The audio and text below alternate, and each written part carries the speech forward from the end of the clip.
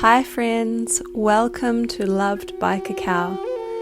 This is a home for all of us who love cacao, to share our stories, to elevate the voice of cacao through voices from all around the world. Here we will connect the threads of light that cacao is weaving between us, from heart to heart. Thank you for being here. You might like to make yourself a delicious cup of cacao to enjoy while you listen, to tune in with this sacred medicine. I am Pania, lover and facilitator of cacao, and I invite you to step in through the door to this cozy home. Come to sit on a cushion in this circle together, and may we allow ourselves to be here, to be loved by cacao.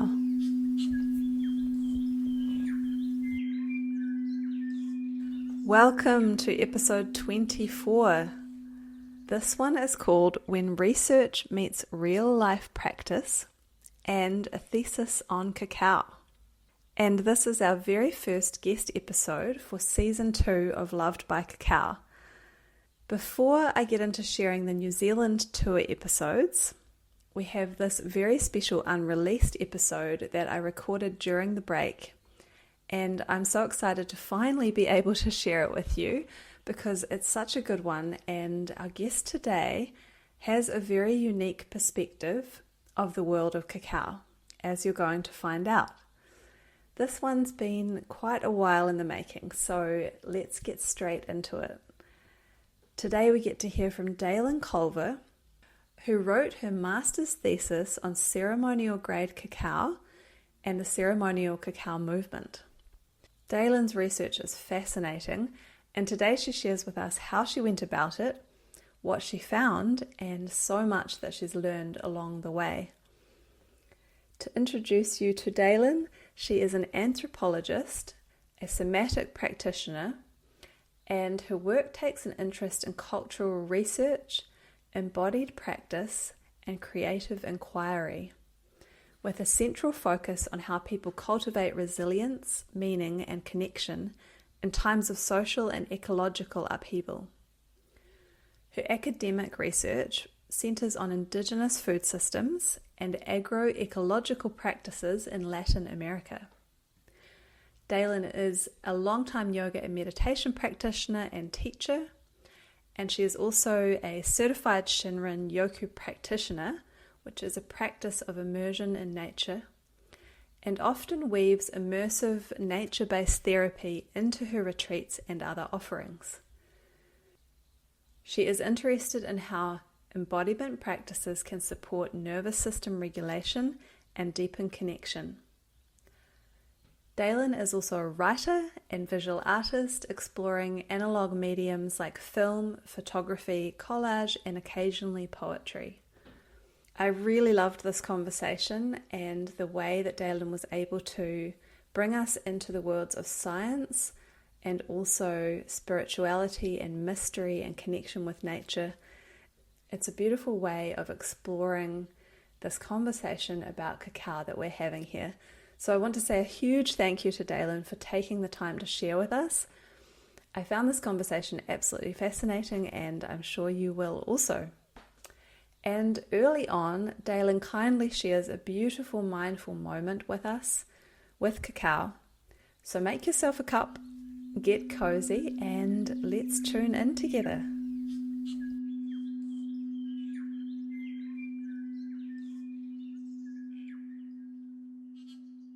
Hello, Daillen. Welcome to Loved by Cacao.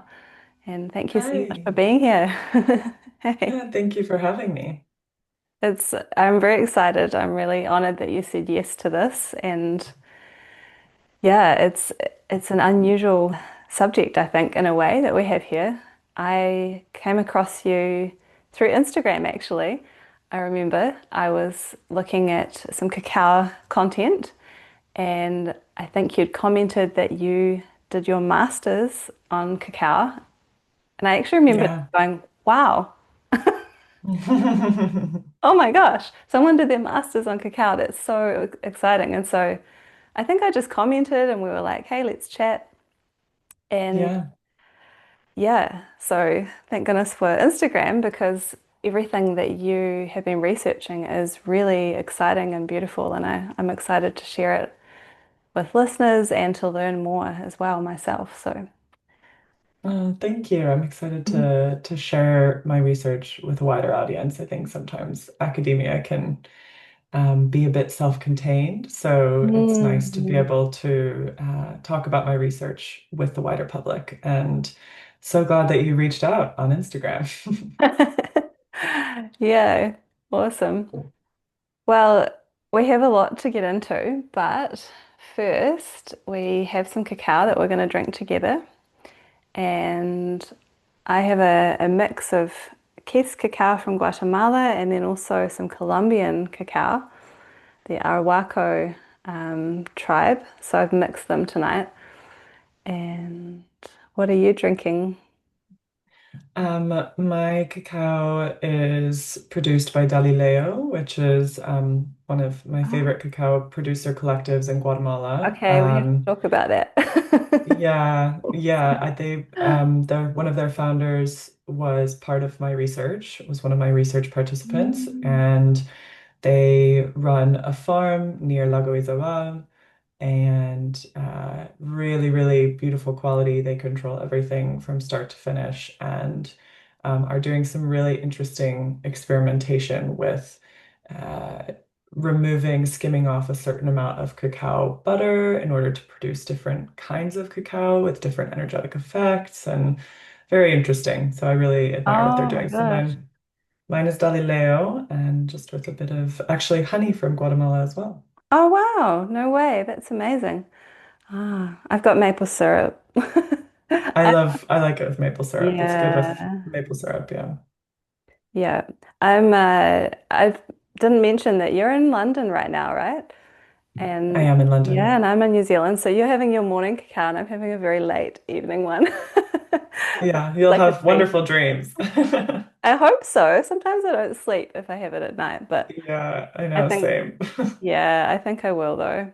Um, so you mentioned that you'd like to drop us in with a little blessing or some words. So I would be honored to have you do that. Mhm. Yeah, I'm happy to do a little grounding moment.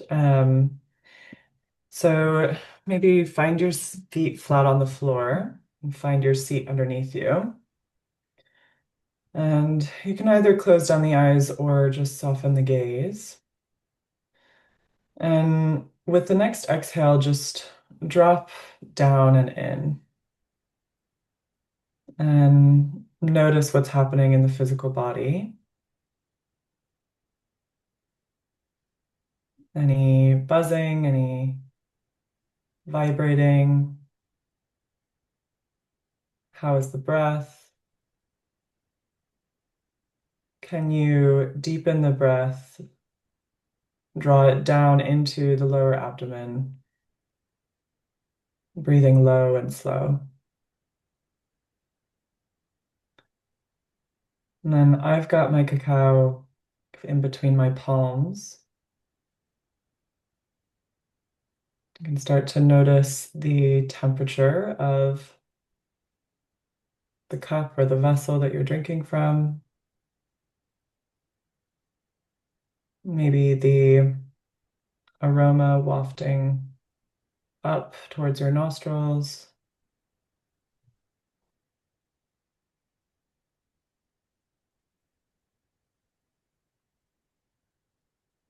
Mm, I like to invite a sense of gratitude for all of the people who made it possible for this cacao to be here in my cup in London, from the farmers who planted the seed of the tree, later harvested the fruit, to the collective that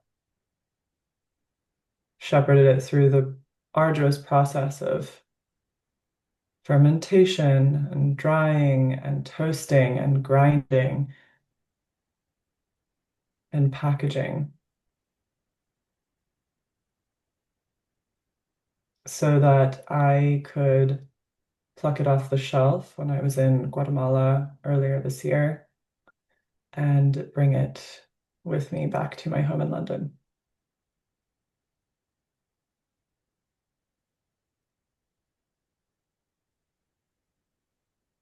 And when you're ready, you can open your eyes and just take a little look at your cacao, maybe swirl it around in the cup. Notice how the light refracts off of the foam.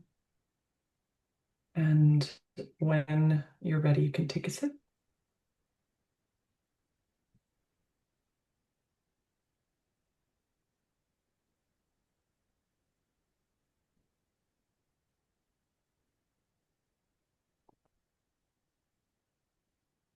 Mm, thank you. Thank you so much. And cheers and blessings. Salute.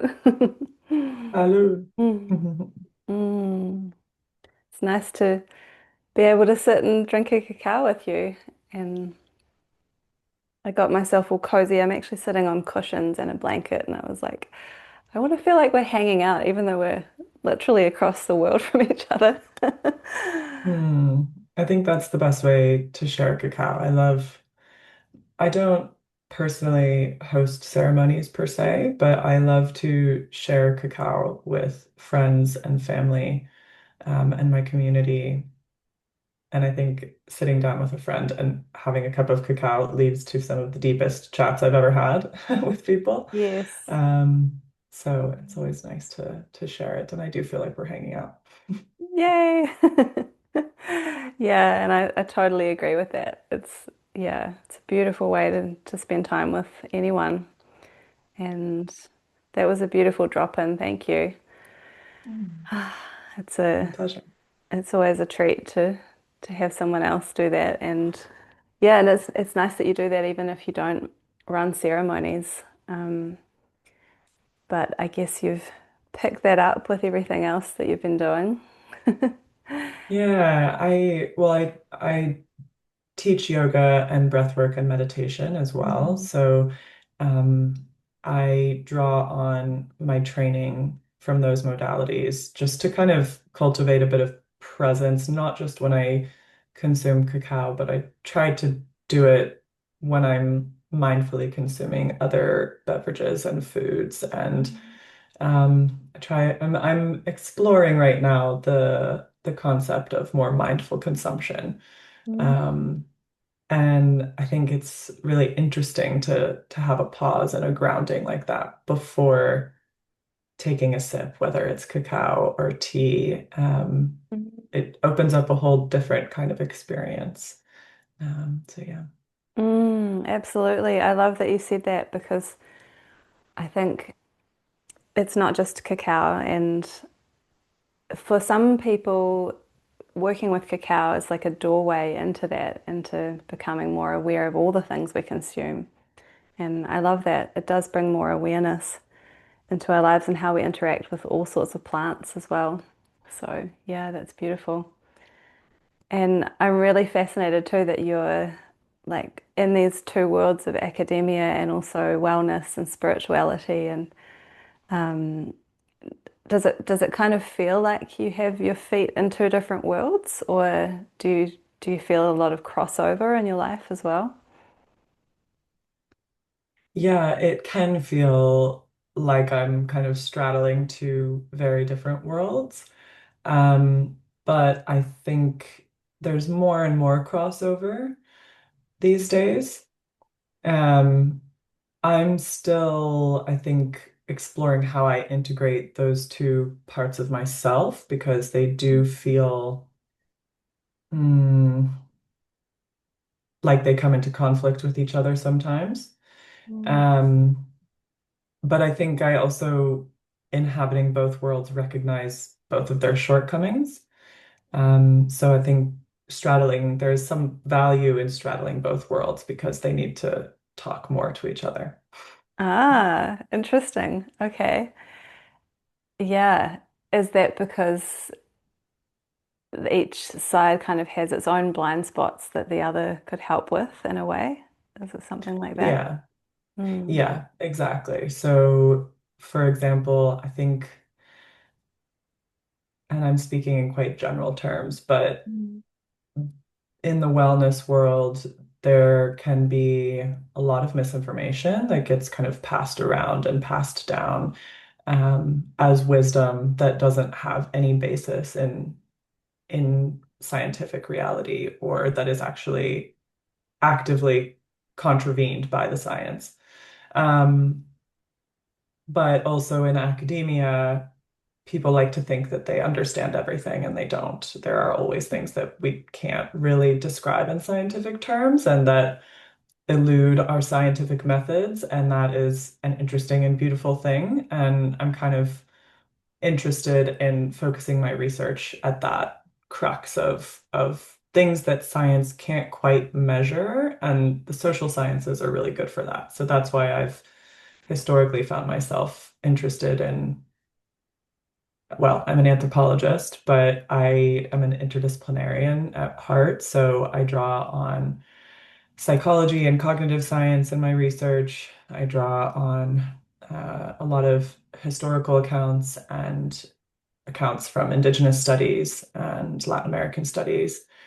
So I kind of pull from all these different places. My first master's was in international development, and I've spent most of a decade working in the humanitarian sector. So um, I think that is another shortcoming of academia is that we tend to be quite siloed, and it's a lot of the phenomena that we're studying are very complex, and we miss out on the opportunity to understand them more deeply if we lack those different perspectives from different disciplines.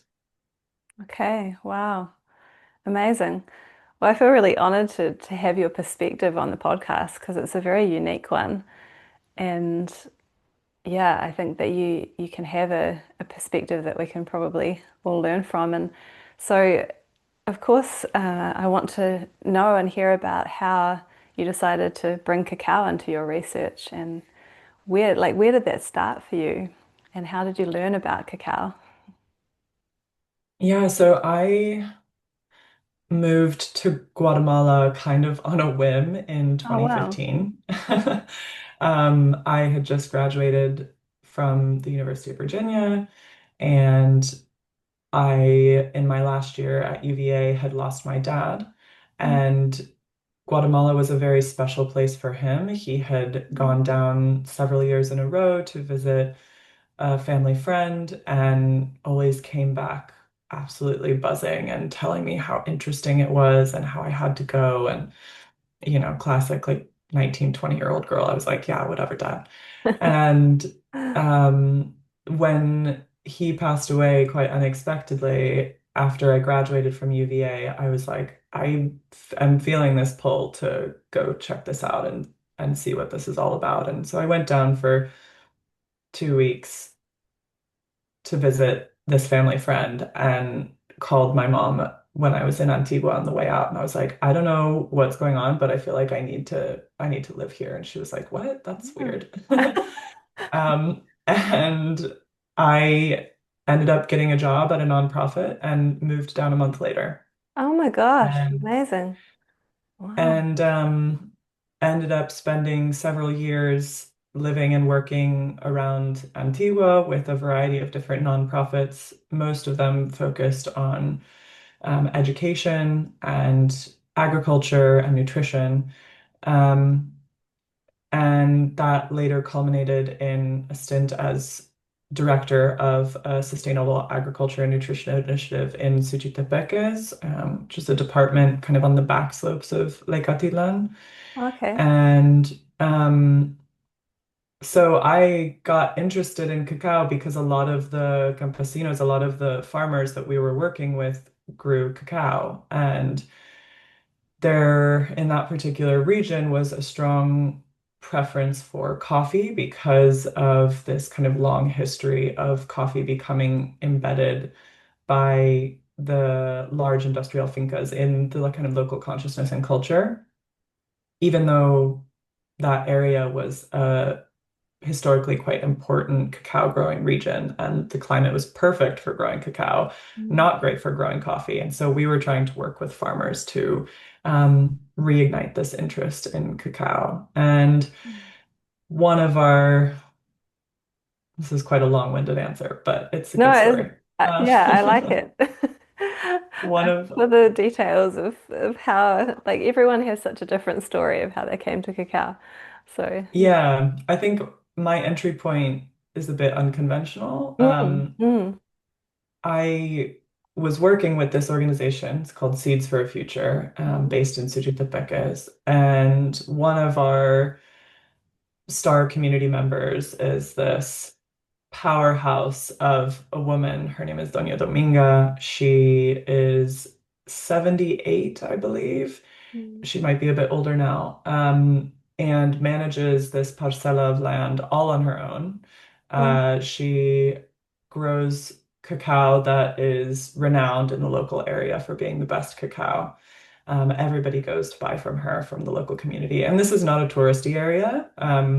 You're not going to see the people that you see in San Marcos, in Suchitepeques. Like yeah. it's a very rural, remote, still quite impoverished and lacking in structure, infrastructure. Mm, Um, so she told me this. We went to go visit her and saw her whole operation, and she has these beautiful heirloom cacao trees, and she was showing us her whole process. And um, she told me a story about two Canadian girls who had passed through her town wanting to buy a very large quantity of ceremonial grade cacao.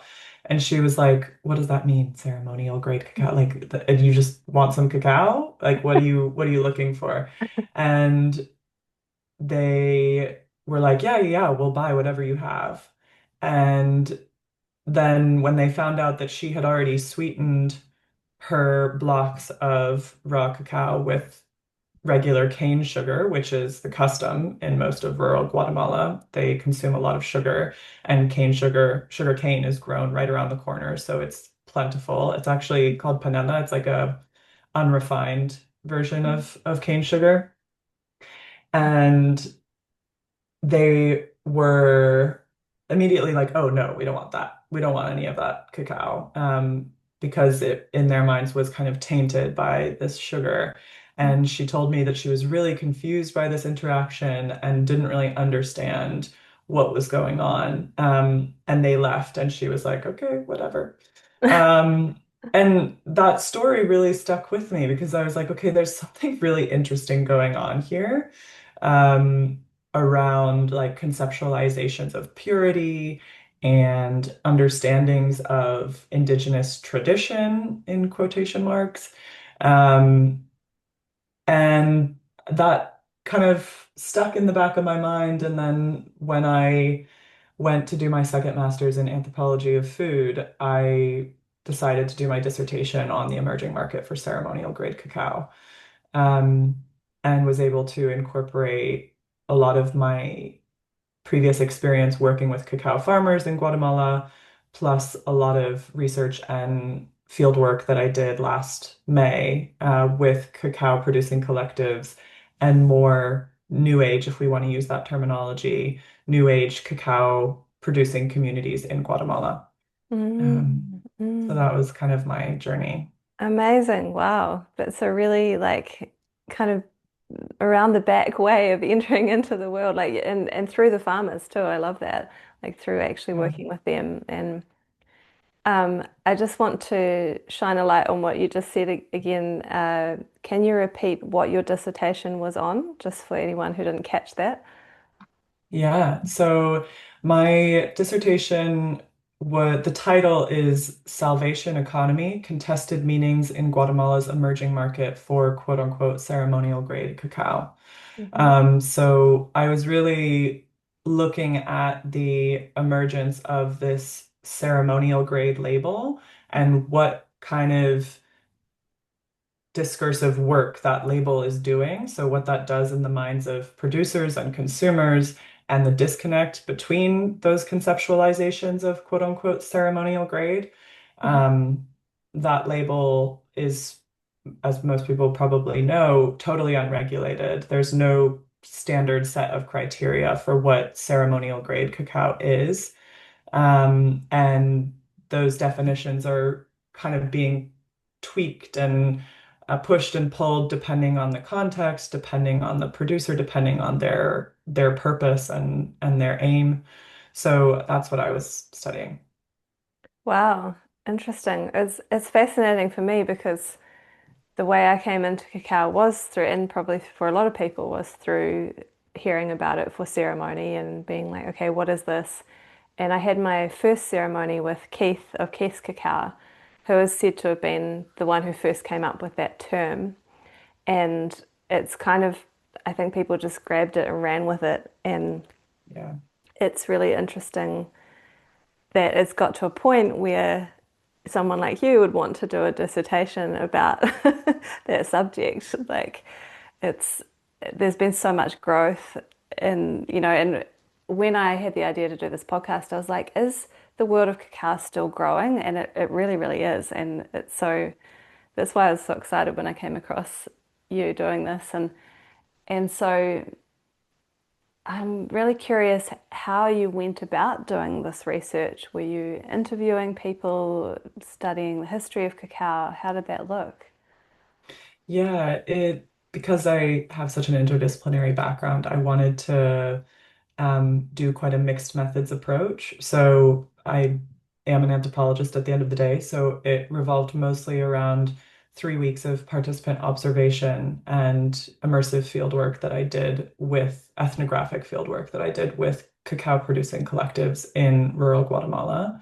Mm. So I think there were 4 or 5 different cacao collectives in my sample at the end of the day, all based in Guatemala. So that is a caveat that my background and my research is very Guatemala focused. Although I did informally interview some folks working with cacao collectives in Peru and Ecuador. Mm. Um, and and also Kenya. Mm. But those weren't technically part of my sample. That was more kind of background research and exploration. Um, and those conversations are ongoing because this may or may not be the subject of my PhD. I am kind of in the process of moving towards a PhD. So, Wow. um, but I did, yeah, several weeks of immersive fieldwork living and working in Alta Verapaz, which is a remote department of Guatemala, primarily Kekchi communities that grow and produce cacao at a collective there. And then I did interviews with various cacao producers and consumers, attended a variety of different ceremonies in Guatemala and here in the UK, and then incorporated some autoethnographic reflections on ceremonies that I had attended in the US even years ago, because I've been kind of steeped in this world for quite some time. It made sense to draw on some of those past experiences and kind of analyze them through this new anthropological lens.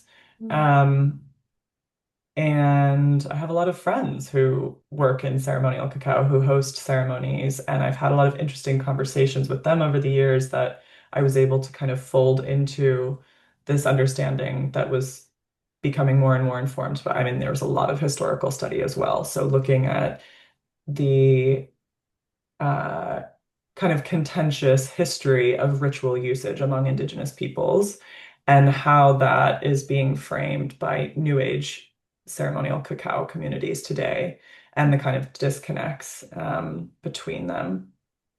And I did a lot of research with indigenous cacao farmers themselves because at the end of the day, I'm actually not a historian. I'm much more interested in the lives of indigenous peoples today. Mm. And I was interested the in comparing and contrasting understandings of ceremonial cacao between New Age consumers and indigenous producers.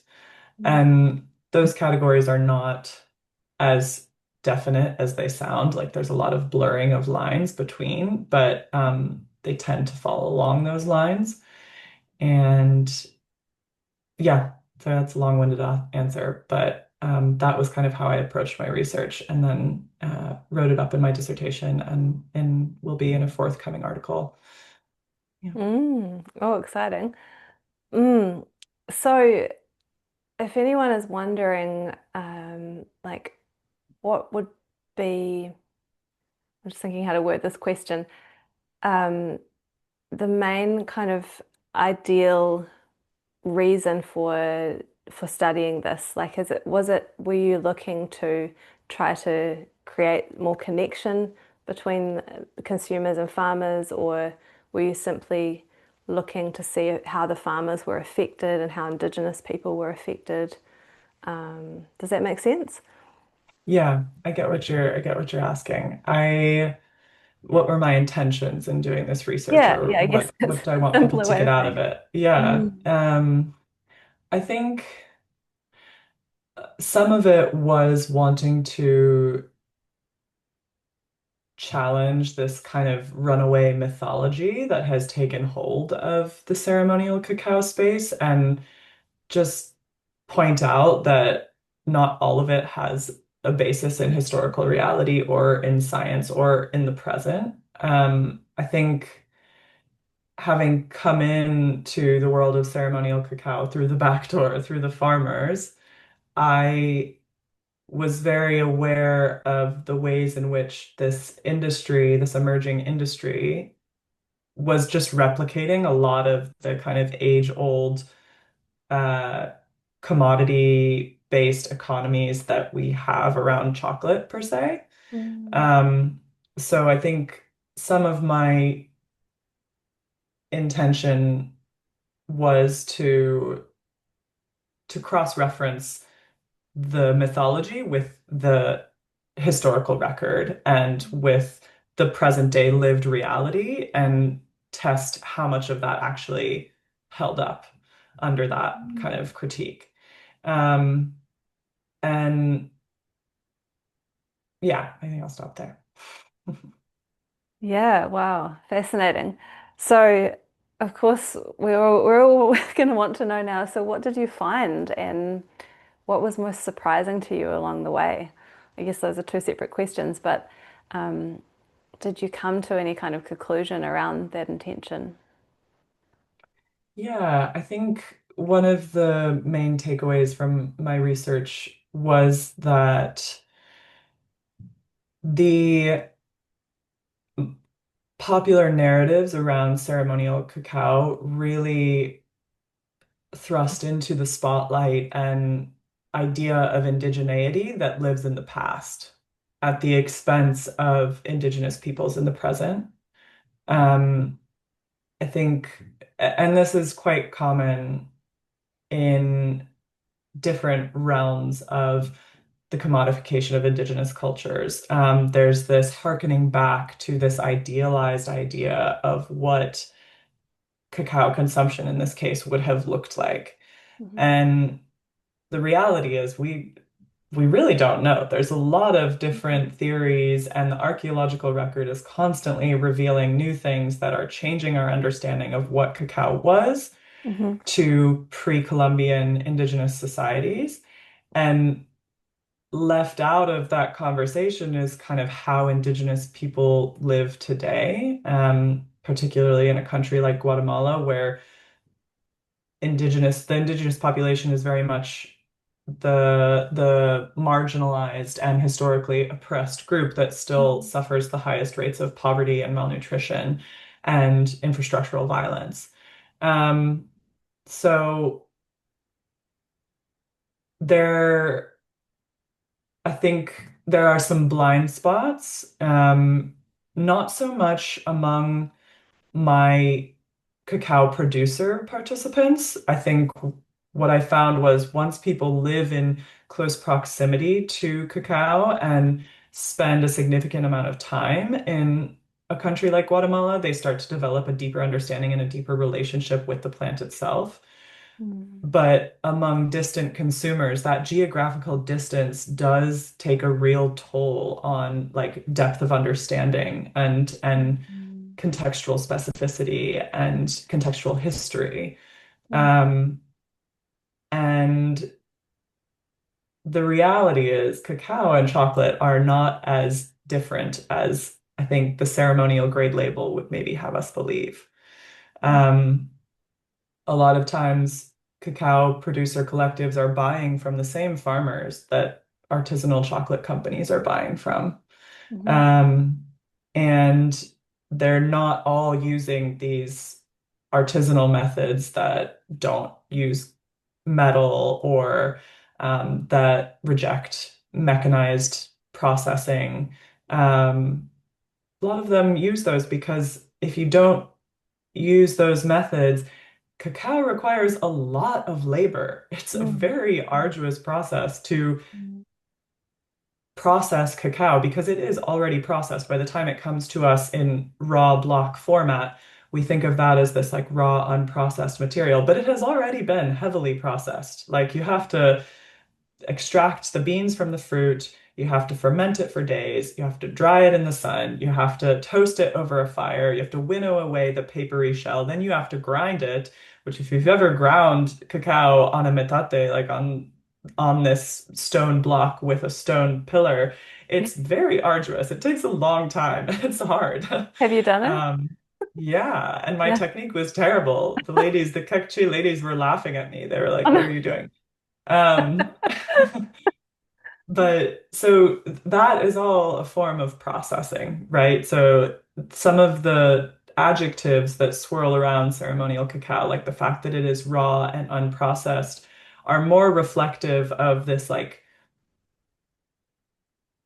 this cultural ideal around purity and purity being associated with something from the past rather than kind of modern food systems. It's more like in a lot of the cases of my New Age participants, the rejection of chocolate was more a rejection of like modernity and what chocolate stands for. Chocolate came to be this kind of stand-in for um, corporate greed and environmental exploitation. Um, whereas the artisanal chocolate industry is not that different than the ceremonial cacao industry um, in material terms. I just Um, I just want to make sure that people understand that difference, artisanal chocolate versus like corporate chocolate. yeah, Those are quite yeah, different, right? So, they are different. Yeah. And I think the media frenzy around some very questionable practices by big industrial cacao plantations, mostly in West Africa, become this like focal point for the demonization of chocolate. mm. And there are some very real and legitimate accusations there. I mean, I'm not sure if you're aware, but there's a massive class action lawsuit right now against a bunch of major chocolate companies, including Oh, Lindt really? and I didn't a know. few, yeah, and a few other big chocolate companies because they've been found to contain toxic levels of cadmium and lead and all of Whoa. these other chemicals. Yeah. Um, so I do differentiate Mm. between like popular common chocolate that Mm. you know, the Cadburys, the Lindts of the world versus artisanal chocolate. Yeah, like bean to bar kind of smaller producers. Mm. Yeah.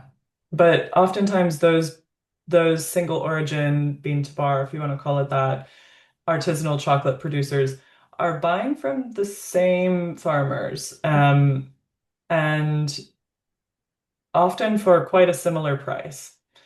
Um, there's among ceremonial cacao producers, some of the producers that I interviewed, there's this claim to kind of ethical and sustainable superiority because they are working directly with indigenous communities. But the quality of that relationship is not even across all producers. So some folks claim to be working with indigenous communities, but they're just buying cacao from indigenous communities for still extortionately low prices. That to me, that quality of that economic relationship is not economically or is not ethically or sustainably superior. Um, Okay. Mm, so there's a lot of range across ceremonial cacao producers because the label is still so unregulated. mm, So um, that was my main takeaway was that we cannot assume that ceremonial grade cacao is ethically or environmentally superior to other forms of chocolate because that label doesn't mean the same thing to everyone. mm, mm. Yeah, so true. Yeah, and that label has become really popular because it's the thing that people want, and I think it's put onto all sorts of different cacao. And people frequently ask me which cacao to buy, and I think, Same. yeah, I bet they do. Yeah, It's and kind of a fraught question. I'm like, let me think. Yeah. yeah, well, it sounds like you would say Galileo as one. I do, yeah, I have a few that I feel comfortable recommending people to. And there are probably others that are doing amazing work that I can't personally vouch for because I haven't seen it up close and personal. But the amount of range that I found between kind of ethics and sustainability protocols across these cacao producer collectives made me quite reticent to buy cacao from collectives that I wasn't personally familiar with, Right. because I just didn't know. And I Mm, think a lot of people, I mean, the ceremonial grade label has also taken off, I think, because it la adds a level of enchantment mm, to this product that is actually one of the most ubiquitous commodities in the world. Like mm, chocolate was integral, cacao was integral to all of these colonial, quite extractive economies historically.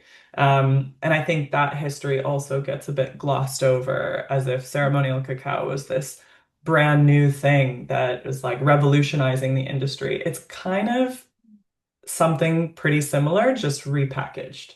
mm, Um, but that's not to say that there aren't people striving to do things differently. That is something that I really want to underscore because some of the producer collectives that I worked with are really trying to work with indigenous communities and reignite an interest in the history and ritual usage of cacao among indigenous communities with various degrees of success. And a lot of them express frustration because they are still working within a food system that is quite broken. So the amount of labor that goes into producing cacao means that truly ethically priced cacao would cost a fortune.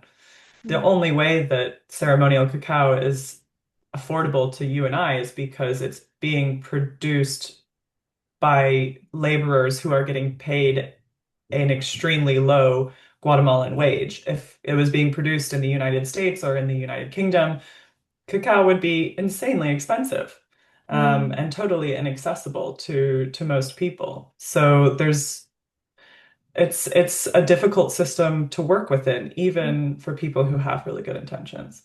mm. That reminds me of something that you said to me when we very first talked some months back.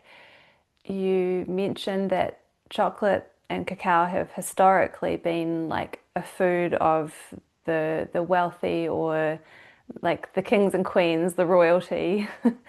Yeah, And it sort of seems like that's still the case in some ways. And I wondered yeah. if you can see ways that that can change, or, do you have hope that that could change one day and that it could be more accessible, or is it? Yeah, it's true that one of the few generally agreed upon facts about the history of cacao is that it was largely consumed by elites in pre-Columbian Mesoamerican societies. So obviously, I'm quite focused on Mayan societies. Mhm. So my knowledge is mostly of the Maya civilization, but we have so many records of cacao showing up and cacao iconography on different ceremonial vessels that would have been used to consume the beverage in ceremonial settings by the ruling elite. So, and then when cacao was brought over from South America to Europe by the Spanish and later the Portuguese, it again was a food of the kings and queens in Europe that became this like symbol of luxury. And then it then the chocolate industry just blossomed, and now chocolate, anyone can buy chocolate for $1 at the grocery store. Um, Yeah, I but guess I'm talking about quality you're chocolate. talking about quality cacao, yeah. I mean, and this is maybe a controversial opinion, but I don't necessarily believe in the inherent desirability of making something accessible to everyone all the time. I Mm, think that there is a beauty in buying something really special and consuming it with intention and understanding that this is not regularly available all the time, everywhere to everyone. mm, And it's an experience and it's interesting and it makes when I consume something that I don't normally have access to, it feels really special and it's mm, real. I'm so much more present and aware and I savor it. And so I kind of don't know that we need cacao to be accessible to everyone. And this also folds into some of my arguments around cacao's rebranding as a medicine. If I'm taking a medicine, I don't take medicine every day. I take medicine when I'm sick and when I need it. mm, Um, so I think in order for cacao to be different than chocolate, we need to confront that reality of overconsumption and what does appropriate consumption look like, especially for people who live on the other side of the world and don't have cacao growing in their backyard. mm, mm, Um, and if we who live far away from cacao producing regions want to consume cacao, what is the cost? Like, what is the true cost and who is paying that cost? mm, Um, so yeah, that's my thoughts on accessibility, or maybe mm. not everyone's thoughts on accessibility. Oh, interesting. Yeah, I appreciate those thoughts. And it is so true that we need to really just have a lot of gratitude for what we can have access to. And it is special. And especially, like you say, being so far away from it. Um, yeah, interesting. Oh, I have so many questions coming through. It's like, what do I ask next? Gosh. Um, yeah, I mean, here in New Zealand, we have the Pacific Island cacao as our closest. Mm, And so that feels like it's not too far away. But it's still, yeah, it still doesn't grow in New Zealand yet. I know some people trying, but it will never grow as well as other countries. So we need to make the most of it. And oh, I know what I wanted to ask you. That you mentioned cacao being like rebranded as medicine. It's interesting you use the word rebranded because there's this idea that cacao has always been a medicine or that it is a plant teacher, that mm, it's one of the bigger teachers, and that's what, like, I feel it as a teacher. And so I'm mhm. curious what's your experience with that or what you found in your research. Yeah, cacao is definitely in the process of, I think, being rebranded as a plant medicine and situated alongside a lot of other plant medicines. We're in the midst of this kind of plant medicine renaissance. So historically, I agree that among indigenous communities, cacao has always been a kind of very important plant and one that um, among the Kekchi communities that I've studied is still seen as being very culturally significant. But the farmers that I spoke to don't talk about it as a medicine necessarily. Um, that being said, cacao, and this is speaking from personal experience, it does have a really beautiful and powerful effect on our physiology. Um, One that is different than eating a bar of chocolate. Um, that being said, cacao as a plant is so interesting. She is very finicky. And I use the pronouns she because cacao has historically been feminized in indigenous cultures. Cacao is associated with feminine and maize or corn is associated with masculine, which is a Mhm. conversation for another time. Also, indigenous women are often the ones doing a lot of the processing.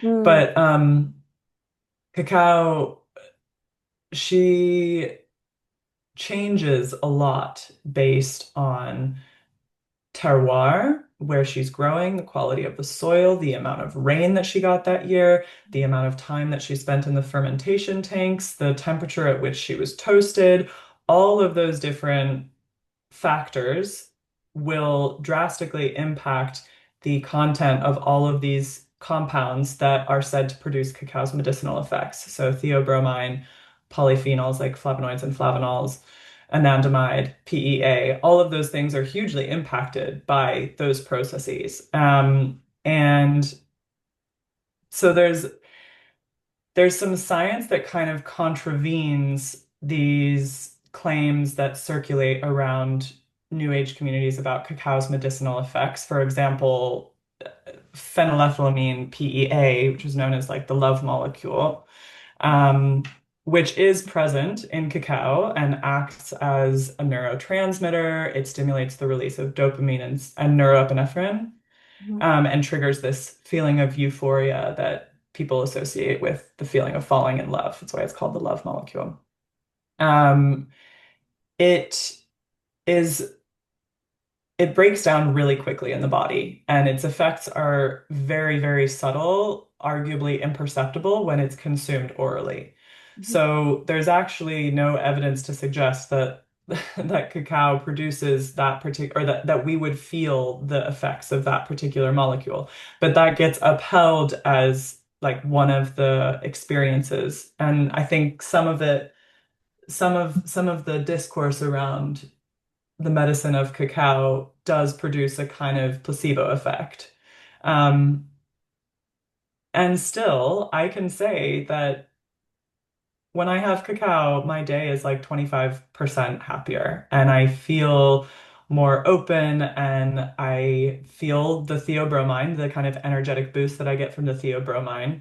And I feel open to connecting with people more deeply. Like I said at the beginning, I've had some of the best deep chats with friends of my life after having a cup of cacao together. Mhm. So I think those two truths can coexist, that the science is still inconclusive, and also cacao produces really interesting effects in the human body, like so many other plants. Like cacao is one of many alkaloid plants, and alkaloid plants are they occur in actually like 10% of the world's plants.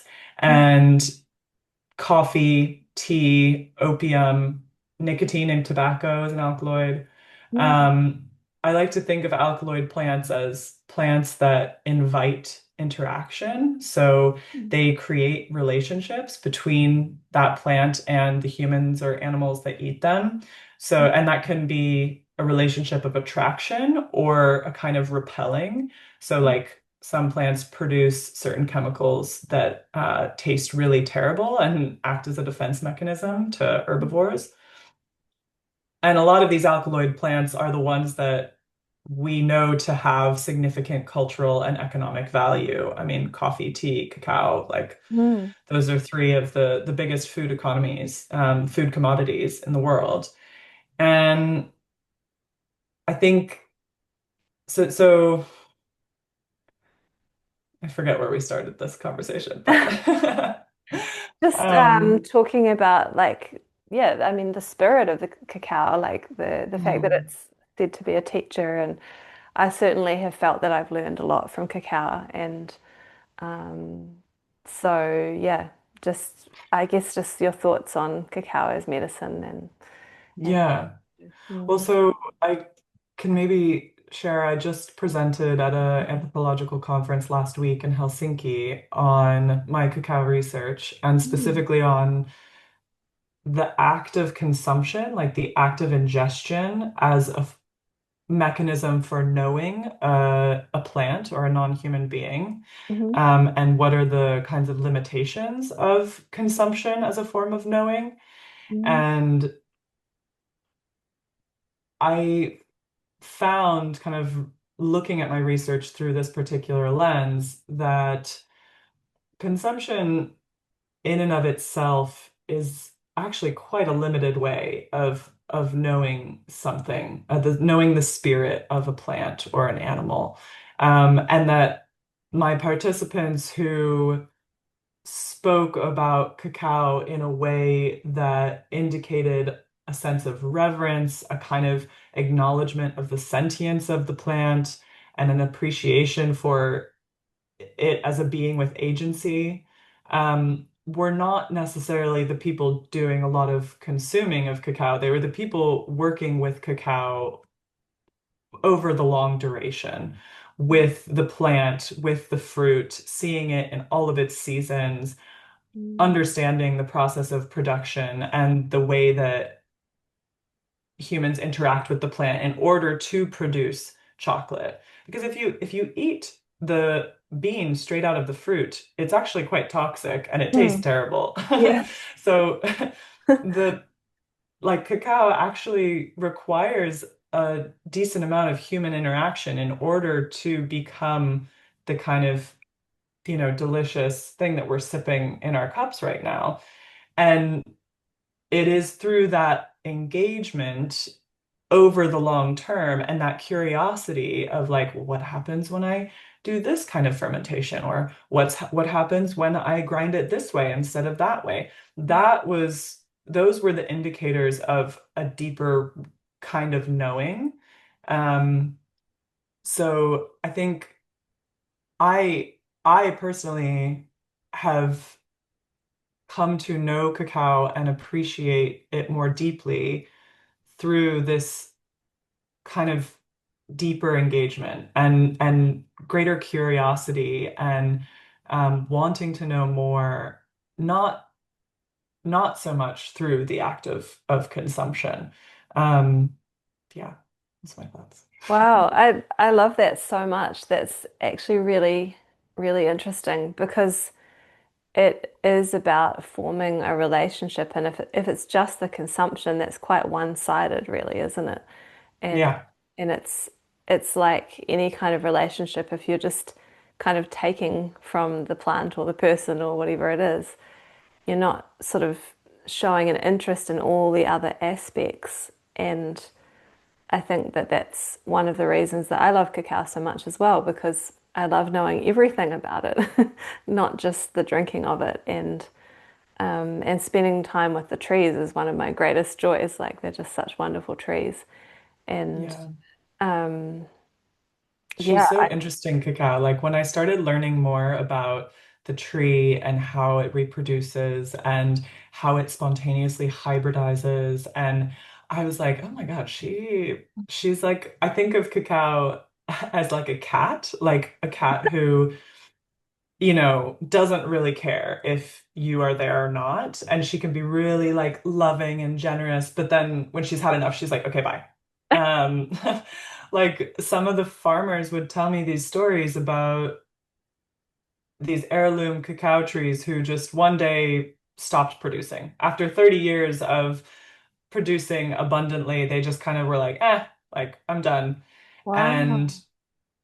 and some of that can be attributed to climate change. So this is another kind of blind spot that I find in a lot of New Age rhetoric around ceremonial cacao is the reality that cacao is deeply endangered by climate change. In places like Guatemala, the dry season is getting drier and hotter. And when the rains come, they are torrential and they wash away a lot of the tiny little cacao flowers that can Mm. only be pollinated by these little midges. And they, she's very particular. She's like, I only want, I like thinking of cacao in these kinds of some might say anthropomorphic ways, which a lot of academics are quite critical of anthropomorphism, that is like attributing human qualities to a non-human being. Mm. Um, but I think that it's one of the few ways that we have to understand non-human beings, and it is the vocabulary that we were given and Mm. the vocabulary that we have cultivated through our own ex lived experience, and so it's the only vocabulary we have. Mm. But the climate change issue is very real in Guatemala, and I had a few very harrowing encounters with farmers who were like, what do I do? Like, tell me what to do because I can no longer make a livelihood. I can no longer support my family through the production of cacao. Should I be planting something else? Should I be doing that? And I'm kind of like, I don't have the answers. Mm. But the reality is the equatorial belt where cacao can grow is shrinking. And that not only represents a challenge to supply chains, obviously. The commodity price of cacao last year quadrupled overnight because of lack of supply in a lot of cacao producing countries, which put a huge strain on cacao producing collectives and chocolate producers and everyone else.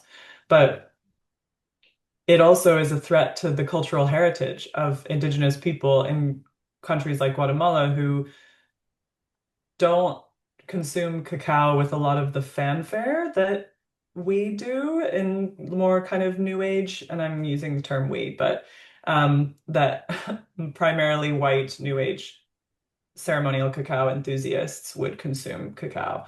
Like in a lot of the Kekchi communities that I've worked with, it's like cacao, it's everywhere. You have it all the time. Yes, you have it at ceremonial gatherings, but you also would offer it to someone who came to visit you in your home, the way that I would offer someone a cup of tea. Mm. Um, and one of my farmer participants even said, I asked him, I was like, what do you think the difference is between cacao and ceremonial cacao? Like, what does the ceremonial grade label mean to you? And he was like, it doesn't mean anything to me. It's all cacao. Like, it's all cacao. Um, so yeah, I think the that being said, cacao is still hugely culturally significant in countries like Guatemala. And they and indigenous people will probably be the first to lose access to it if the commodity prices continue to rise the way that they're rising due to climate change. Wow. Mm. That's a terrible thought. Yeah. Yeah. So, do you think that if we are working with brands who work closely with farmers and support them by buying their beans, I hear this as a like kind of a story of how we can support the farmers and make sure that they stay in business so that we can keep having cacao. Do you see that as a way of ensuring that they have what they need and to keep quality cacao going? Yeah. Yeah. I do think it's absolutely essential if we are going to consume cacao that we do our research Mm. and not just reading someone's website, because, of course, every brand is going to frame themselves in the best light possible. And we don't know what we don't know. Sometimes we can't Mm. recognize our own blind spots. So, if possible, like go to these places, go visit the farmers, go ask questions. If you can't go visit, then at least ask questions of the Mm. cacao producer collectives. How much information can they give you? Do they know the names of their farmers? Mm. Do they know how the cacao is grown and what are they paying their farmers? Are they paying the indigenous women who are doing the toasting and grinding, etc.? Because oftentimes they're not. Wait, they're not. Yeah, sometimes I- not. So. how are the women surviving if they're not being paid? That's Yeah, so usually, oftentimes, it's more common in traditional rural indigenous communities that men are the farmers and women will come work at the collective for free because their husbands have a relationship with the collective and are selling their cacao there. But they will just come and they'll get paid either like $1 a day or they will not get paid at all. And it's kind of like a community gathering and they just do it for free. wow. Um, Okay. yeah. I So haven't. that's a very common practice. But then Yeah. you'll see the Cacao Collective talking about how they're creating jobs in indigenous communities. And it's like, okay, well, is that really a desirable job? I mean, in some cases, they'll say that it is because otherwise women don't have anything to do, but Mm. that doesn't really track. Mm. And I think we need to examine quite closely the extractive economic configurations that make cacao possible. And is that really the kind of energy that we want going into this ceremonial product that we are then consuming with the intention of having a certain type of experience? Mm. Um, and the reality is, the food system that we've built, we just don't know. There's a lot of opaqueness. There's a lot of things that happen behind closed doors, and it's not realistic to expect consumers to, fact check every single step of the production process of everything Yeah. they consume. Like that's exhausting, and nobody has time for that because Mm. we're all living within a certain amount of economic precarity. But Mm. yeah, I think doing the research to the best of your ability is the first step, and a really Mm. important one. So, what would you say are the most important things to look out for? We've got like making sure that, all of the workers are being paid well, ideally. What else would you suggest people look out for? So I think country of origin is an interesting question in the ceremonial cacao debate. There are a lot of people who say that ceremonial cacao can't come from anywhere outside Latin America because they don't have the kind of cultural history of ritual consumption. Mm. That is an interesting debate, one that we probably don't need to get into here, but I think being able to identify a specific country and even better, a specific region or a specific farm that your cacao comes from is really important. And understand the kind of geopolitical context in that particular country. So, for example, ceremonial cacao coming from Venezuela, I would be very skeptical of because I know that the geopolitical situation in Venezuela is not great right now. And so there's going to be very little regulation on how farmers are compensated and how commodities are extracted from that particular country. Um, Interesting. Mm. but then, so origin and as specific an origin as possible. Mm. That's why I love Galileo because it up comes from their farm and their farm only. Um, Also, yeah, labor practices would be a question that I would ask. For me, the processing techniques is less important. I personally don't mind if my cacao has been touched by metal. I don't think that that inherently compromises its medicinal properties. Some people do, but that's not something that I personally would look out for.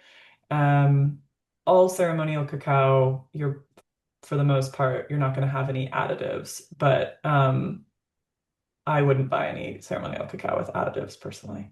Mm. Um, I think those are the main ones. I think also just understanding, and more this is a bigger ask for consumers to understand the environmental implications of growing cacao in a particular region.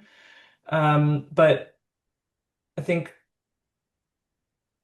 just being aware of our consumption and understanding that the cacao supply is dwindling. And Mm. maybe we don't need to drink it every single day. I mean, Mm. I don't think we need to drink coffee every single day. Like, I think coffee can also be an incredibly medicinal plant, but not when we have 4 shots of espresso a day. Um, I think that like that some of my friends who are have medicated anxiety disorders also drink 4 shots of espresso a day, and I'm like, maybe there's a correlation. Yeah. Um, but I think being mindful of consumption, some of the cacao producing collectives that I worked with, their harvest this year was half of last year, and last year was half of the year before. So Oh gosh. this is, and if it continues in this direction, cacao is going to get more expensive and it's going to become more and more difficult for farmers to justify holding back cacao for their own personal and cultural consumption Mm. because it is just becoming a cash crop, essentially. So like in Guatemala, most Guatemalans in rural indigenous areas don't actually drink Guatemalan coffee. They drink instant coffee because coffee fetches such a high price on international markets that Mm. they no longer feel justified in consuming their own product, which feels like a tragedy for me because if farmers aren't consuming, if they can't even consume their own product, Yeah. something is not right. And I would hate to see cacao go in that direction. So I try to be very mindful about when I consume cacao, how much, when I share it, how I share it, uh, just thinking deeply about these things and about the domino effect that they have. Mm. Mm. Wow. Yeah. It's really a plant that we can't take for granted. And, Mm, mm. And yeah. you might like to hear about, I don't know if I mentioned this to you before, but there's a company here called Cacao Ambassador here in New Zealand who work with Pacific Island cacao farmers. And they're doing incredible work to help the cacao farmers return to being able to consume their own products, like you were talking about. And so, do you have Milo over there? Do you know the product Milo? I don't know, Milo. It's really common here. It's basically a powdered, sugary, chocolatey drink, and it's very, very processed and very sugary. And in New Zealand, we all grew up with it. I used to have Milo as a kid, and in some of these Pacific islands, like the Solomon Islands, they ship in loads and loads and loads of Milo, and that's what they drink, like you were saying with the farmers who drink instant coffee instead of their own coffee. And so the Cacao Ambassador are doing a lot of education and support to help them get off the Milo and learn how to work with their own cacao. Because, like you said, they just saw it as a cash crop, but they're helping them process it and turn it into value added products and drink that instead of the Milo. So, yeah, and just returning it to the people. And it's so beautiful to see. It's just amazing. So, that's the kind of work that maybe needs to be happening in some of these other countries as well. Yeah, yeah, absolutely. I love that. I at the conference that I presented at last week, I had a really interesting conversation with someone who has worked with cacao farmers in the Solomon Islands and in Papua New Guinea, I think. Um, and this is kind of a tangent, but I just thought it was interesting. He was talking about how regulated cacao production is in those countries. There's a lot of oversight by the government to ensure the quality of the product. Mm. Whereas in Guatemala, there is very little oversight. Right. Things, Mm. a lot of cacao is produced in conditions that would be considered probably unhygienic by, the FDA or a kind of standard regulating body, food Mm. regulating body.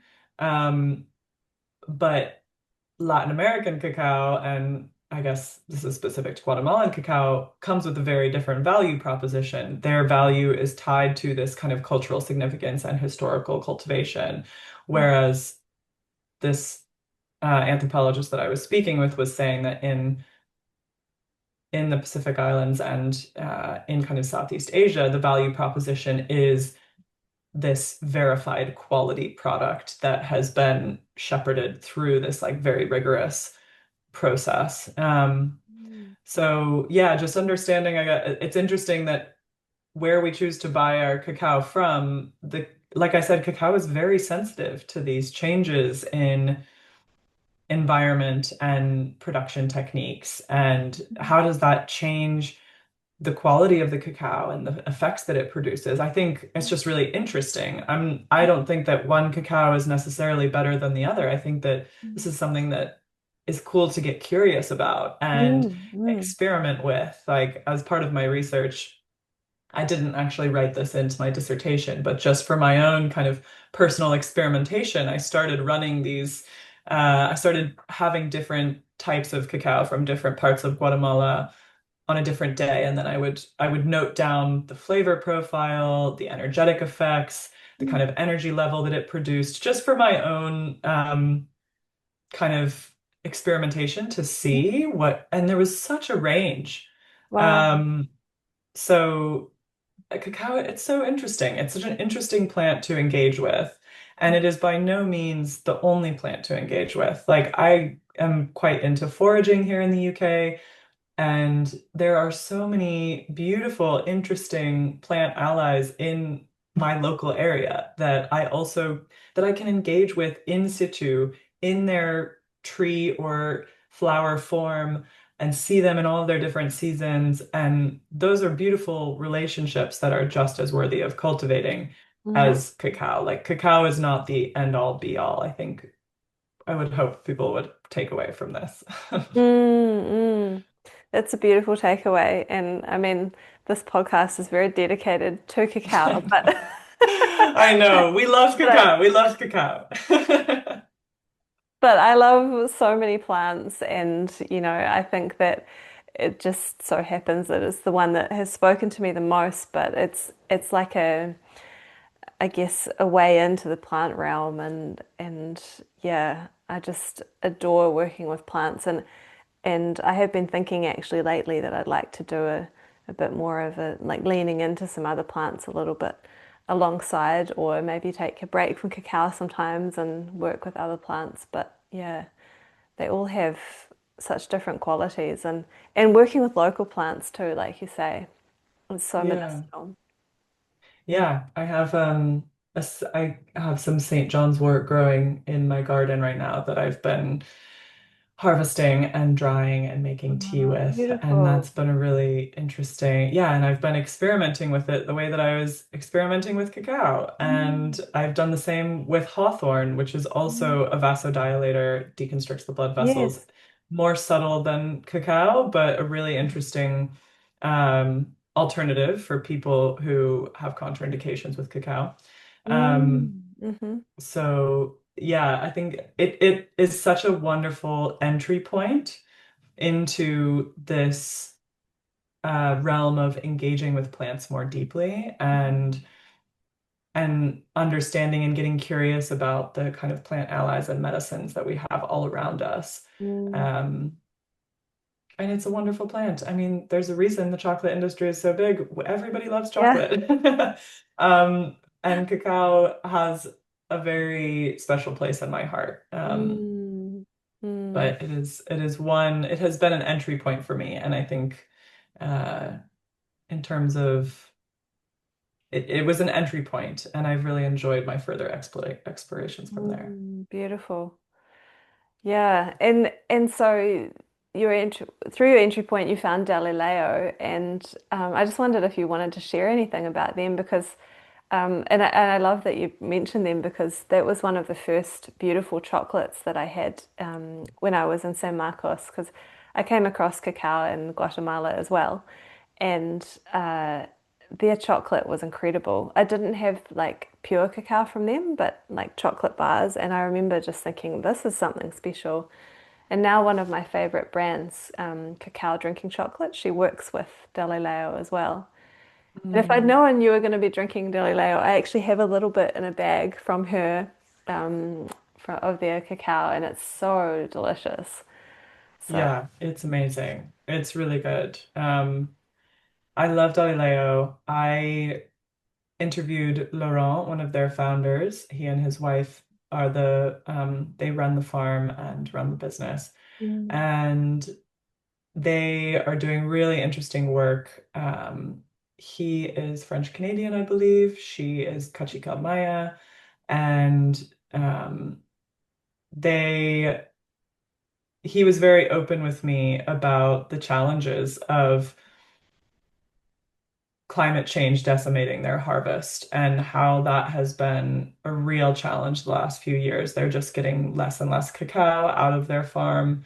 Um, Mm. but they've managed to create a really high quality product that they can sell at a premium because people respect the quality and they have oversight from start to finish. So I really respect what they're doing. I also did research with Tutukilal, which is in Alta Verapaz, and they're also doing great work. They run a regenerative farm up outside of Lenquin, like where Samuk Champey is. I don't know if you went to Samuk Champey when you were in Oh, Guatemala. no, I didn't, but yeah, amazing.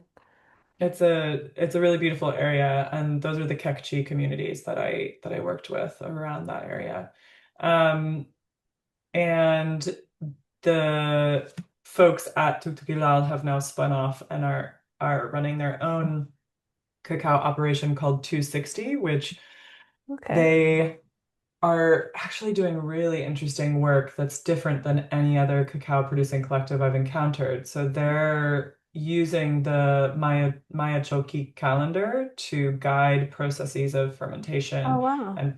and harvest. So they have different batches of cacao that are infused with different uh, days of the calendar. So the Choki calendar is based on the Maya Noeles, which are kind of spirit animals that have different energetic properties, and then they have these batches of cacao that are infused with those particular properties, which is really interesting. And they've gotten very experimental with it, and they've also used it as an entry point to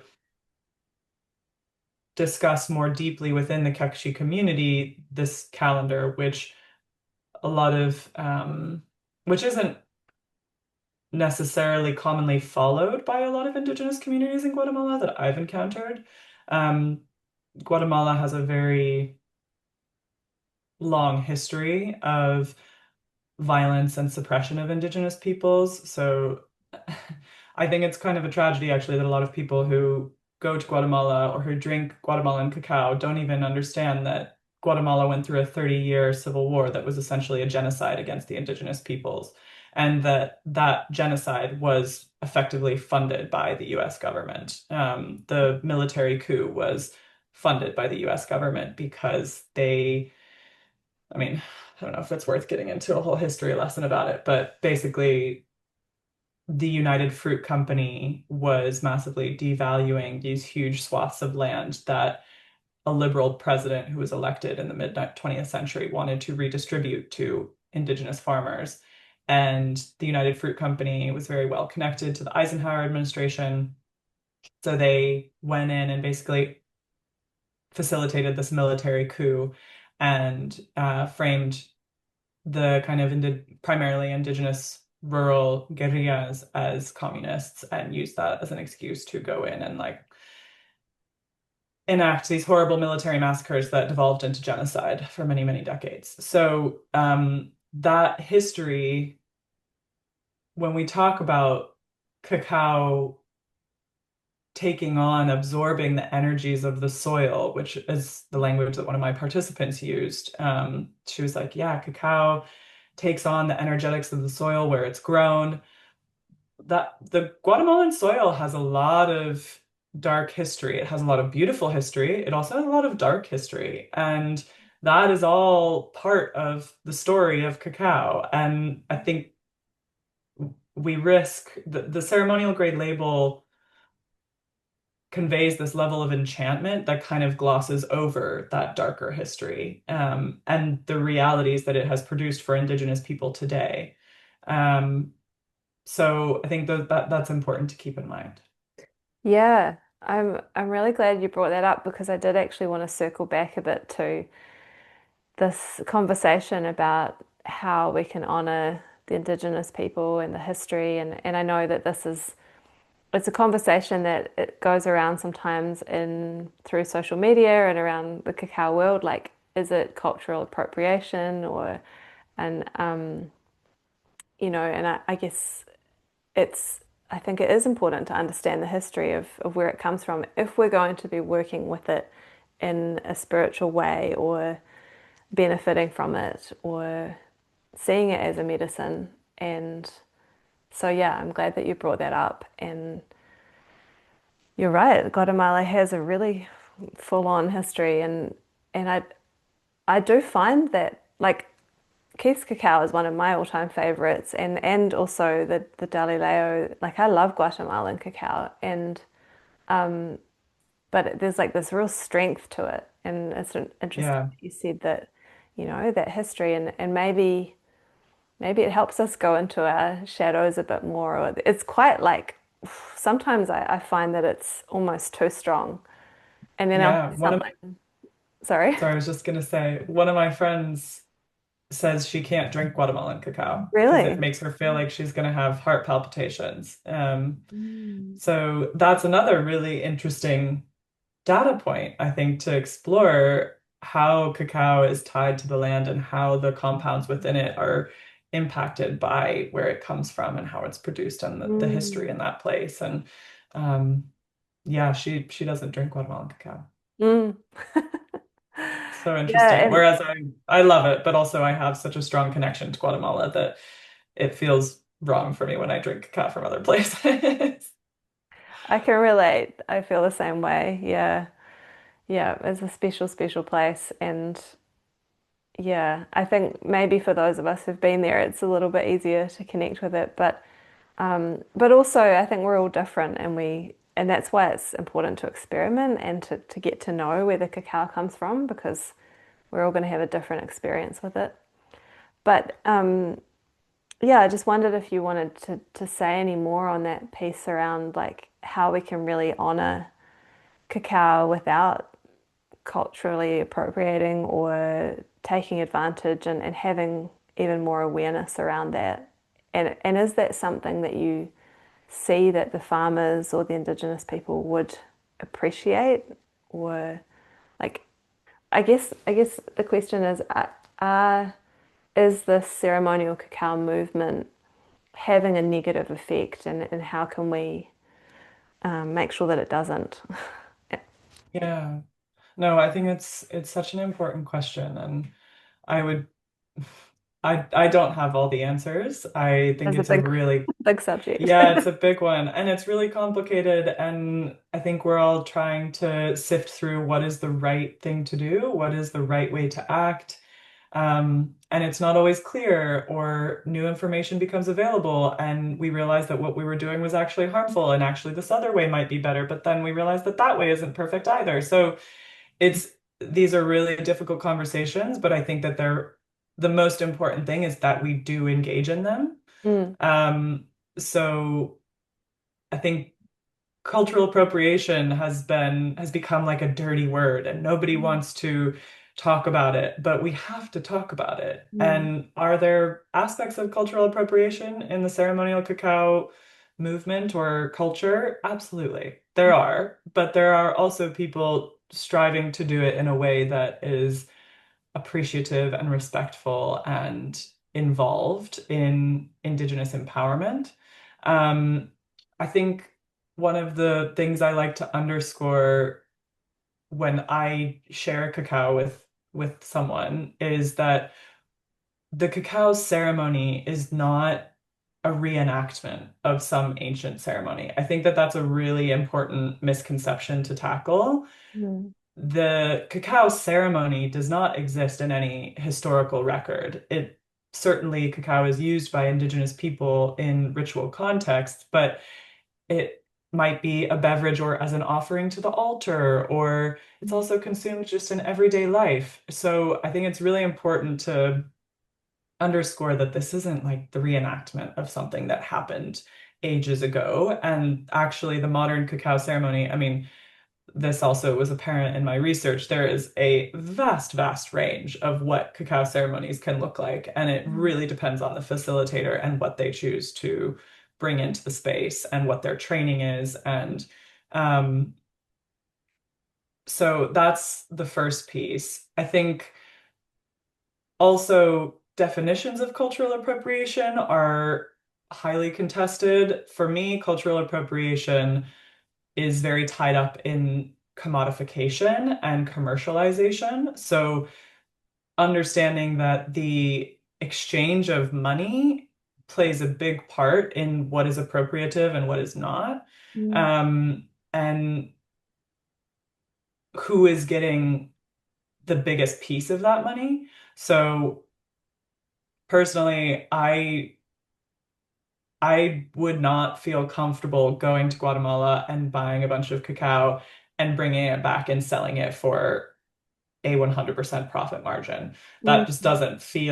doesn't feel right for me, because none of those profits are going to the people who have put months, if not years, of more effort into the production of that cacao. Mm. Um, so I don't have all the answers, and I'm still working through this myself. Like, what is a fair exchange? What does it mean to redistribute profit? What does it mean to um, consume intentionally? Um, but I think understanding that indigenous peoples in countries like Guatemala are still facing extremely high levels of poverty and malnutrition and food insecurity, and ceremonial cacao is not really fixing that. Mm. Mm. It's There are some cases where they're trying to do better, but it's not a panacea. It's not going to radically change these broken food systems that we have. I think consumption, how much we consume, when we consume, how we consume, has a much greater impact on those food systems. Mm. Um, yeah, I don't know if that's a satisfying answer, but I am also still working through some of this stuff Yeah. myself. Yeah, no, it's just good to, as you say, have this conversation and to be open about it. And I appreciate you sharing your thoughts. And, maybe this is one of the gifts of cacao is it's opening up these sorts of conversations. And I feel like, it doesn't just teach us to come into our heart space. It also opens up all these different doorways of like, oh, how about we learn more about the country where it comes from and the people and the soil and the trees and the plants, and it's just like connecting us with so much more than just sitting and connecting with our own hearts. So I like to. Yeah, yeah, and I think it's so one of the things I've been contemplating since doing my master's research last year is, this the idea of ceremonial consumption being this intentional, okay, where is this plant coming from? Who has been working on this plant in order to get it into my cup? How am I honoring the plant and the people and the environment, the ecosystem that it comes from? How am I consuming it? Am I in my body when I'm consuming it? Am I this idea of ceremonial consumption is a really interesting one. And the question that I've been kind of posing to myself and to other people is like, what would it look like if we applied that ceremonial consumption to all of the things that we consume? And Mm, how would that change the world and the systems that we live in?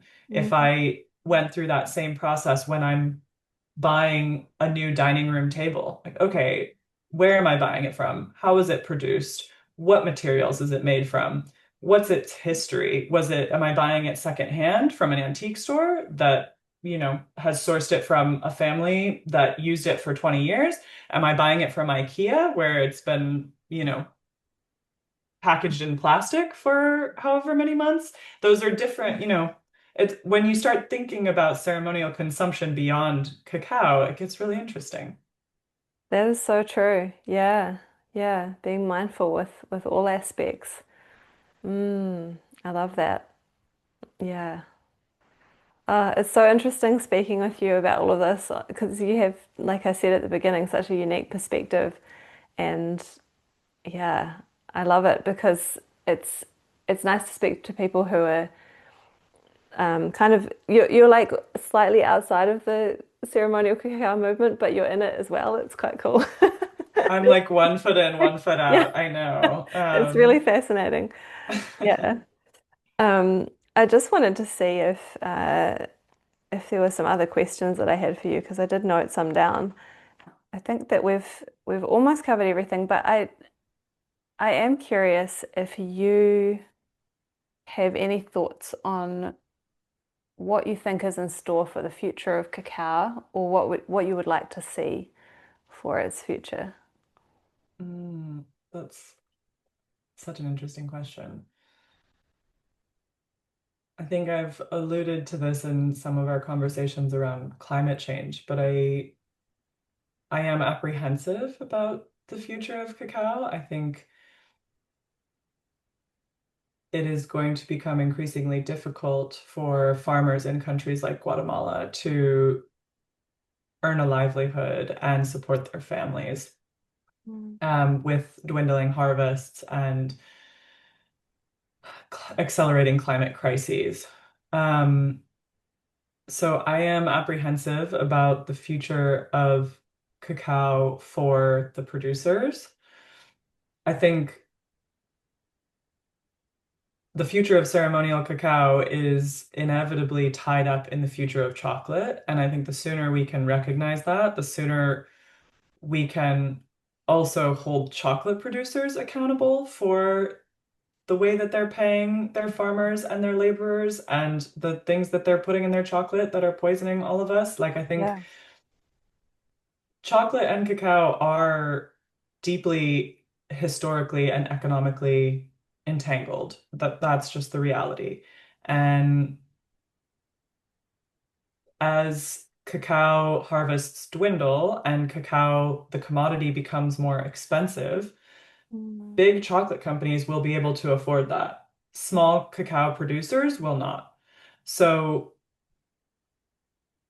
the sooner we can also apply the kind of rigorous standards that we hold ceremonial cacao to chocolate, the less we're going to support those really extractive, exploitative chocolate operations. And the more we're going to enable small artisanal producers to weather the storm that is coming. Mm. So, I had a really hard time eating like cheap chocolate now. Yeah, me too. Um, yeah, I actually, and I feel like a bit of a wet blanket whenever I'm around my friends and they go in and buy like a candy bar and I'm like, ugh. Like I can't, I like can't look at it. And I'd be like, that chocolate, blah, blah, blah. And they're like, please just let me have my chocolate bar. And I'm like, okay. But I do think that having those conversations and encouraging everyone to be mindful about the type of chocolate that they consume and how much chocolate they consume is really, really important. So I think we have the power to have an impact through our consumption habits. Mm. Yeah, because if we were all supporting the smaller producers more, it would have quite a big ripple effect. Like if we could shift all the purchasing of the cheaper chocolate and like you said, see it as, maybe it's more of a once in a while thing rather than having cheap chocolate every day. Yeah. And yeah, mm, I would love to create a big shift in the big chocolate companies. Not quite sure how, but I think yeah, that's an action step that we can all take is like go and buy a really, really good quality chocolate bar from someone who is doing it the right way and or ceremonial cacao and yeah, Yeah, I really think enjoy it.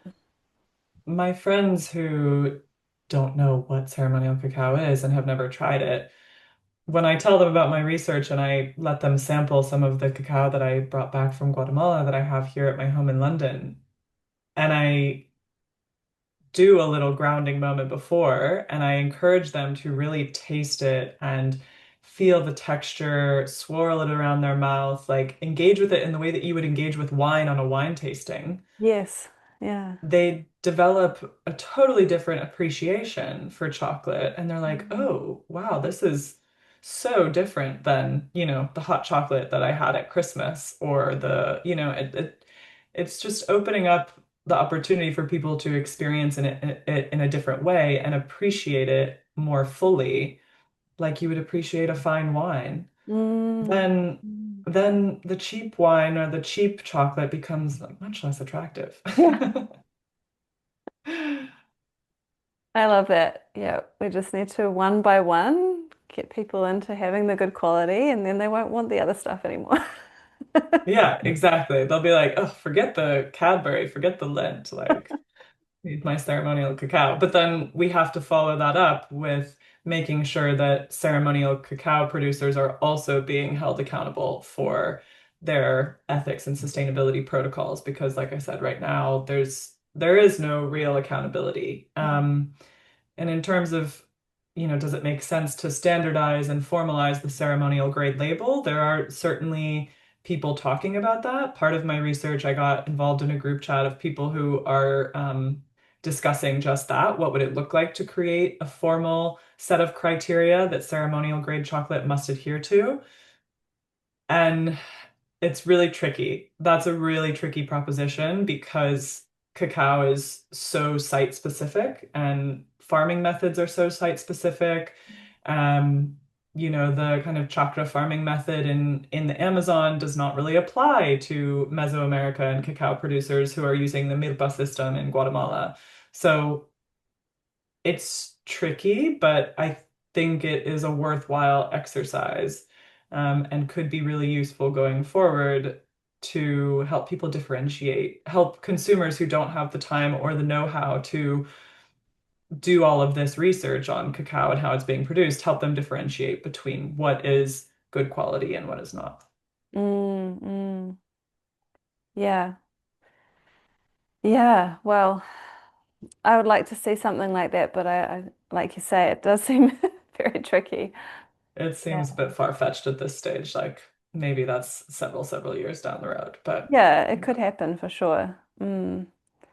I think in the meantime, people just need to do their best to get well recommended um, cacao and also, trial and error a little bit sometimes until we come Mhm. across the right ones. Mm. Yeah, definitely.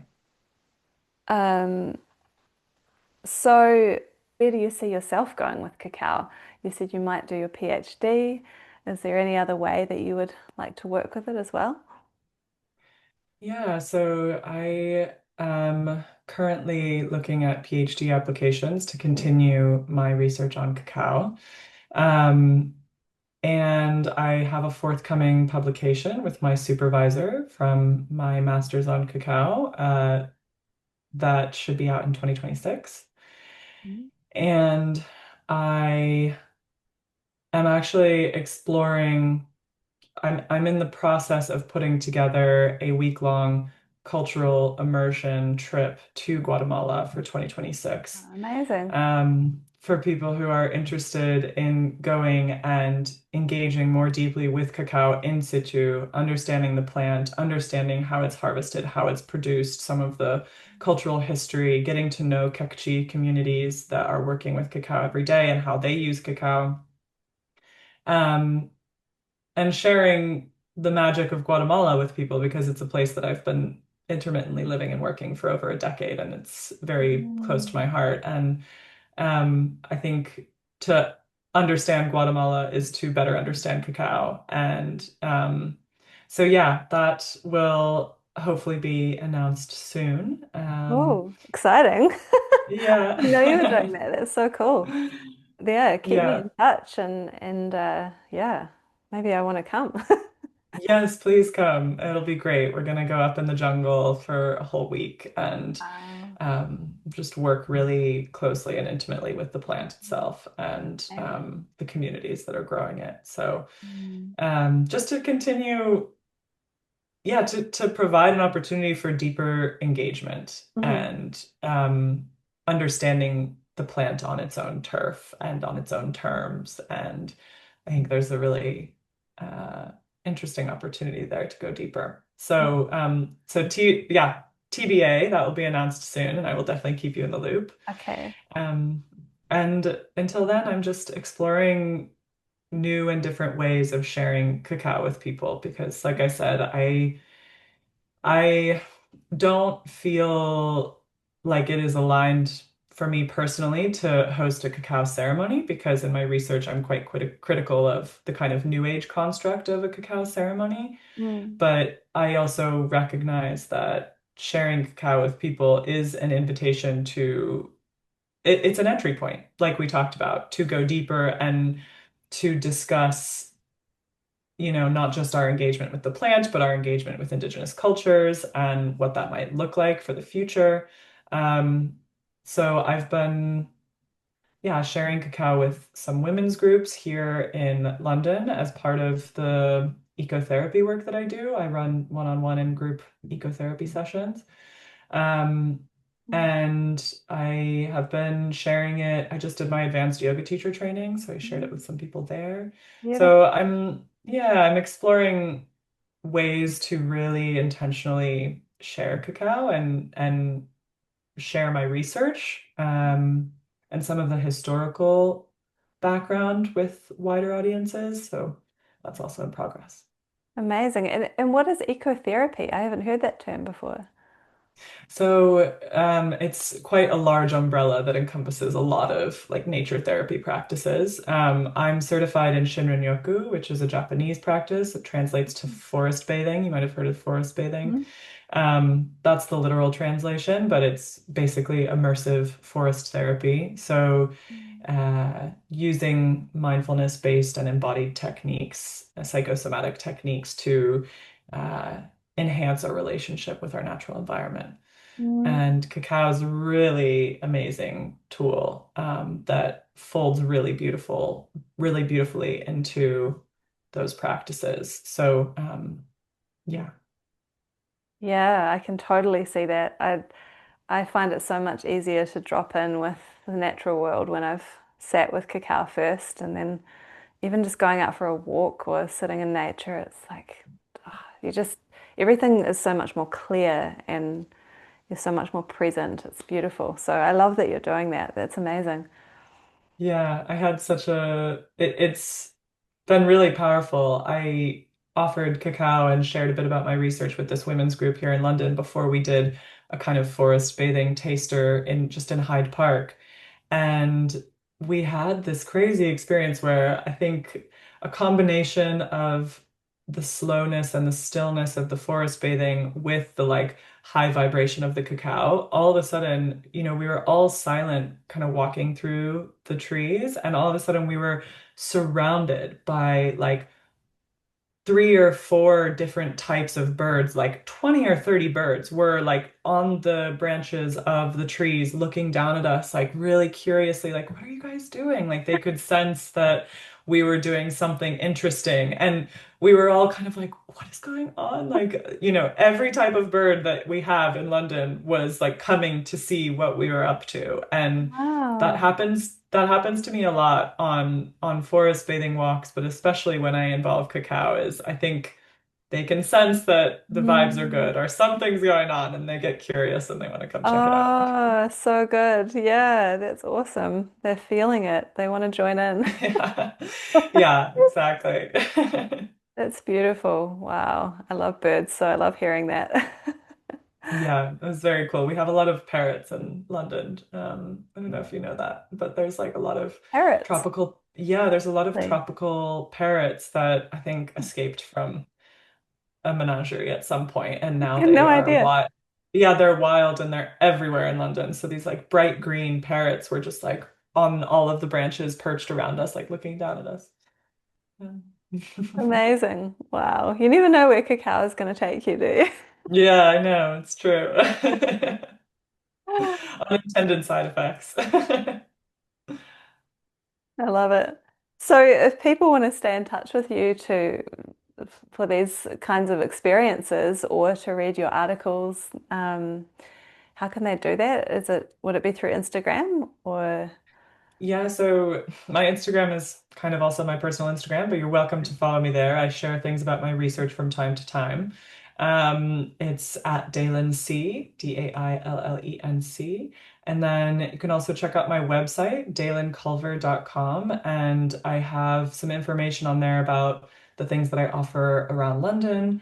And I'm also going to have a little landing page about the Cacao cultural immersion trip for 2026. And there'll be a little interest form that you can fill out if you want to stay up to date when the details are released. So yeah, check me out and feel free to get in touch.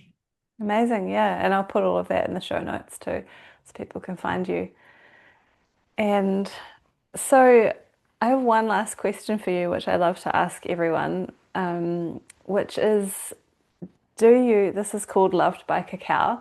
I'm curious, do you feel in some way loved by Cacao? And if so, how? Hmm, such a such a beautiful question. Um, I do. I feel like Cacao has been on quite a journey with me throughout my personal life and my career. Um, from, being a chocoholic as a kid to moving to Guatemala and getting involved with the campesino communities there to making this the focus of my academic research. I feel like there is so much richness to be explored with cacao, and it is such a beautiful entry point to explorations of not just food economies, but spirituality and cultural exchange. And it just sits at this really beautiful confluence of all of these really important conversations. Um, and I'm very grateful to Cacao for being that entry point for me into those conversations. So yes. Mm, mm, beautiful. Oh, I love that. Yeah. Was there anything else that you wanted to say before we close out or share about cacao or your research? Mm, I don't think so. I think that's good for me. Beautiful. Yeah, well, this has been such a rich conversation and one that I'm really, really grateful for. And one of the reasons that I love cacao because I get to have these conversations with super interesting people. And I'm glad that we bumped into each other on the social realm. Yeah, thank goodness for Instagram. You never know what you're going to find on there. But thank you so much for reaching out and for providing such an amazing platform for these kinds of conversations. I think it's so important and really grateful for the opportunity to chat and just ramble for a little while about my research. Ah, beautiful. I'm so glad. Well, I'm really honored that you wanted to share it with us and take this time. So thank you so much for your time. And thank you for the beautiful blessing you gave us at the start. And yeah, I'm excited to keep following your research and hear and read more about it in the future. And I hope that other people will too. Thank you so much. It's been a real pleasure. Thank you for opening your heart here and listening today. Please subscribe to keep getting episodes in Apple, Spotify, or YouTube. And please share this podcast with your cacao loving friends. You can follow us on Instagram at Loved by Cacao. Please take care of your heart and may you feel loved.